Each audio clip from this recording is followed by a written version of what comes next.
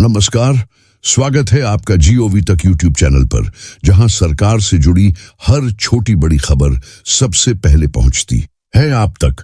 आज मैं आप लोगों को एक ऐसी जानकारी बताने वाला हूं जिसे जानने के बाद में आपके मन में, यानी कि जितने भी ईपीज 95 के पेंशनर्स हैं जो लंबे समय से आंदोलन कर रहे हैं, इस जानकारी के बाद में उन्हें भी लगेगा कि भाई साहब, अभी तक हमें वास्तविकता में ये तो पता ही नहीं था।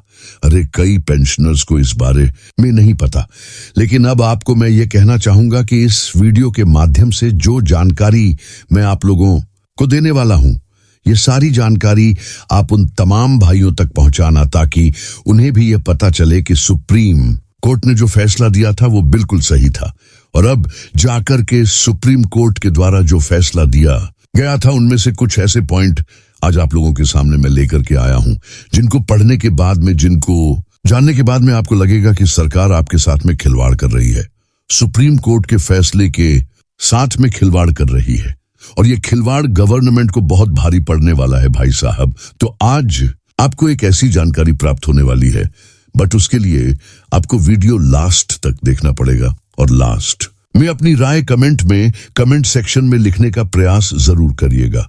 तो फिलहाल बढ़ेंगे हम लोग आगे, लेकिन उसके पहले एक छोटा सा समग्र मैं आप लोगों को कुछ सारांश दिखाना चाहूंगा, इन शॉर्ट, मुश्किल से मुश्किल 1 मिनट में, ताकि सारांश के माध्यम से आपको यह पता भी चले कि कितना लंबा संघर्ष ईपीएस 95 के पेंशनर्स के द्वारा किया जा रहा है। तो भाई साहब, ये तो हम लोग जानते ही थे, ये तो हम लोगों ने कई बार देख लिया कि भाई साहब, जब इन्होंने स्टार्ट किया था तो पूरे देश के ऐसे कई प्लेसेस पर इन्होंने आंदोलन किए, अपनी बात गवर्नमेंट, अपनी आवाज गवर्नमेंट तक पहुंचाने के लिए। ठीक है सर, कई प्रकार के आंदोलन हुए। यहां पर जो अशोक राउत साहब है, इन्हें कई प्रकार की परेशानी का सामना भी करना पड़ा। भाई, इन्हें गिरफ्तार भी किया गया, कई प्रकार की वार्निंग्स भी दी गई। तब इनके द्वारा भी जब भाई इनको गिरफ्तार किया गया, तो ईपीएस 95 के जितने भी पेंशनर्स थे, ये चुप तो रहेंगे नहीं, सब में आक्रोश होगा। तो भाई साहब, इन्होंने शांत भाषा में भी समझाने का प्रयास किया कि भाई साहब, हम शांति से काम कर रहे हैं, हमें शांति से काम करने दीजिए, अदरवाइज हम सरकार बनाना भी जानते हैं और बिगाड़ना भी जानते हैं। आज आपका समय है, कल हमारा टाइम भी आएगा, उस समय आप कहां पर होंगे, ये बात भी आप लोग देख लीजिएगा। आईना देखना मत भूलना भाई साहब।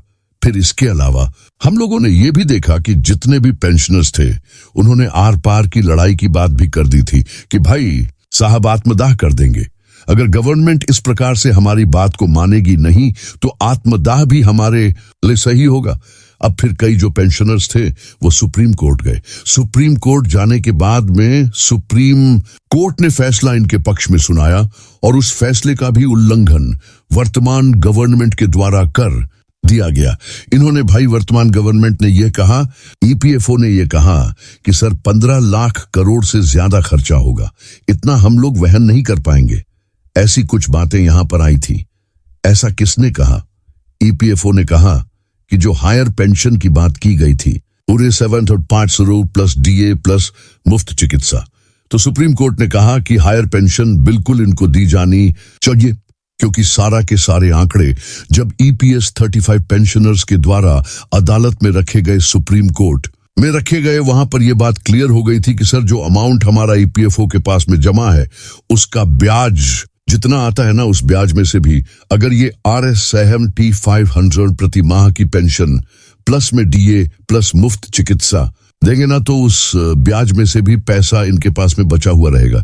लेकिन ईपीएफओ ने ये कहा कि सर, हायर पेंशन को लेकर RS15 लाख करोड़ खर्च की ईपीएफओ की दलील, जिसको सुप्रीम कोर्ट ने क्या कर दी, खारिज भी कर दी थी कि भाई साहब, आप फेंक रहे हैं, 15 लाख करोड़ क्या होता है, बत्ती मार रहे हो।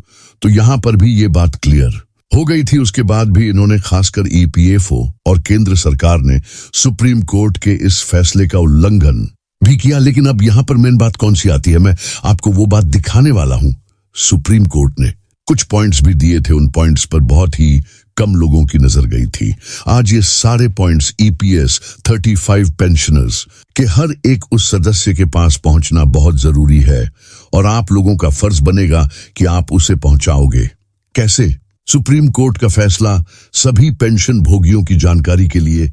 प्रिया, यह आश्चर्यजनक है कि भारत के सर्वोच्च न्यायालय 1 जुलाई 2015 को दिए गए ऐतिहासिक फैसले सिविल अपील संख्या 1123/2015 पर किसी का ध्यान नहीं गया और अब आप लोगों को इस पर ध्यान केंद्रित करना पड़ेगा।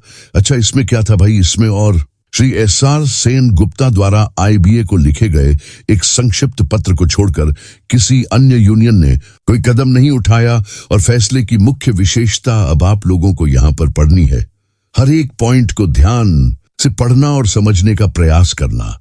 इसमें यह था कि पीठ ने अधिकार पूर्वक फैसला सुनाया, यानी सुप्रीम कोर्ट ने अधिकार पूर्वक फैसला सुनाया था कि पेंशन एक अधिकार है और इसका भुगतान सरकार के विवेक पर निर्भर नहीं करता है। पेंशन नियमों द्वारा शासित होती है और उन नियमों के अंतर्गत आने वाला कोई भी सरकारी कर्मचारी पेंशन का दावा करने का हकदार है। भाई साहब, यह हकदार है, यह गवर्नमेंट पर डिपेंड नहीं करेगा पेंशन देनी नहीं देनी है।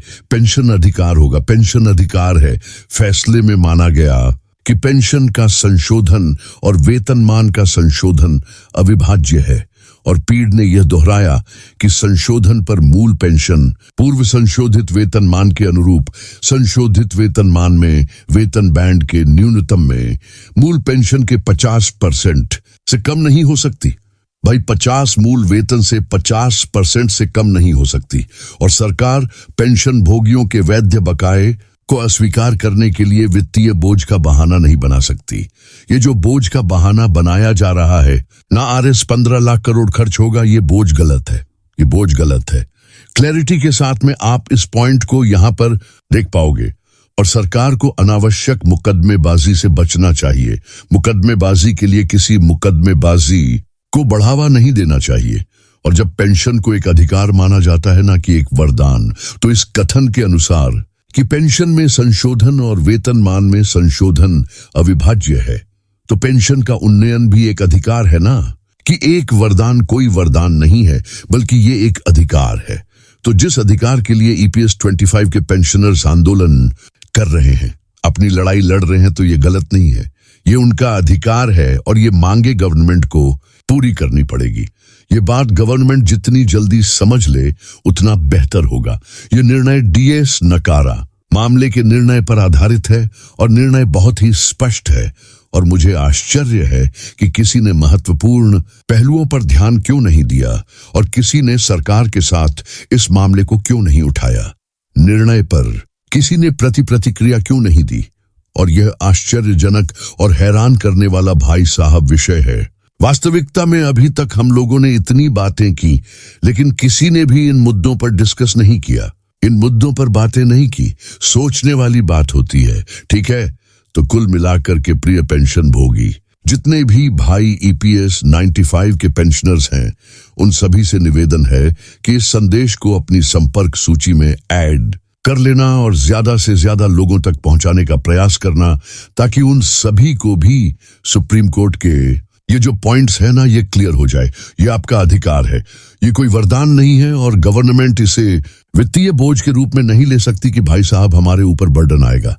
ये आपका कटा हुआ पैसा जो इनके पास में गया है, यही पैसा आपके पास वापस आएगा। सरकार अपनी जेब में से पैसे आपको नहीं देगी बल्कि आपका हक है। आपने जो अपनी उम्र भर जो काम किया है संगठित क्षेत्रों में, उससे जो पैसा कटा हुआ है उसी में से आपको पैसा वापस मिलेगा।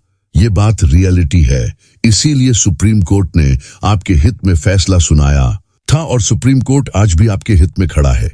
अगर वीडियो पसंद आया हो तो लाइक जरूर करें, शेयर करें और GOV तक को सब्सक्राइब करना न भूलें ताकि आपको सरकार से जुड़ी हर जरूरी खबर मिले सबसे पहले और सबसे भरोसेमंद तरीके से।